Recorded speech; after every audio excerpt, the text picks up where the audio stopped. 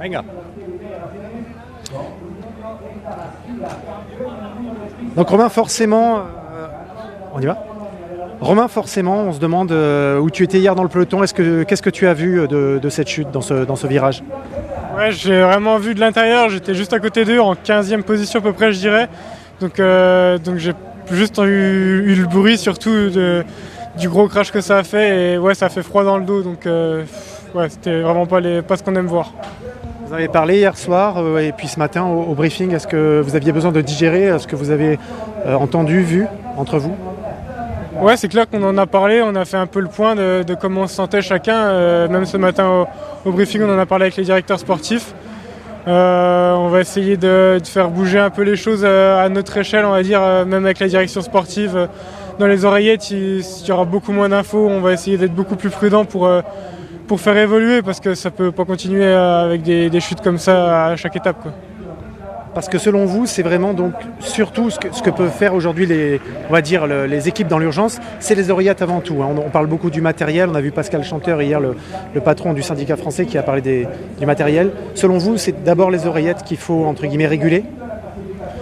Franchement, je sais pas. Je pense que c'est un peu un débat sans fin. Il y aura toujours des choses à améliorer, ça c'est sûr.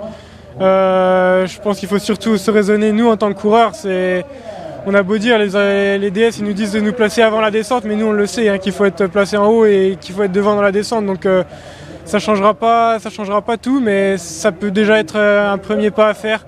Et après c'est surtout nous, parce que au moment on ne pourra pas changer les routes. Hier le virage, il y en a 15 comme ça, des virages par descente. Donc ouais, faut calmer les coureurs. Bon, la course continue, il y a 2 grosses étapes qui s'annoncent, avec des pourcentages qui peuvent être taillés pour toi. Tu as pris de la confiance, j'imagine, sur Tirreno Adriatico. Tu as vu suivre les premiers sur des étapes décisives. Comment tu les abordes, ces 2 étapes? Je les attends avec impatience, on va dire. Là, ça fait déjà 2-3 jours qu'on est un peu sur la réserve. Au final, l'étape 3 et l'étape 4, avec les incidents qu'on connaît, il n'y a pas eu vraiment de course. Donc là, on espère que ça va se décanter un peu aujourd'hui. Demain, ça sera sûrement trop dur. Donc pour moi, c'est vraiment aujourd'hui qu'il faut que je tente le tout pour le tout. Et quand tu dis que tu vas tenter le tout pour le tout, tu vas forcer les choses, tu vas essayer d'actionner la course toi-même? On verra comment va se dérouler la course. En tout cas, j'espère que ça ne va pas arriver à un groupe de 80 au sprint et qu'on sera frustré ce soir. Donc c'est sûr que si ça ne bouge pas, il faudra forcer son destin. Merci Romain, bonne chance. Merci.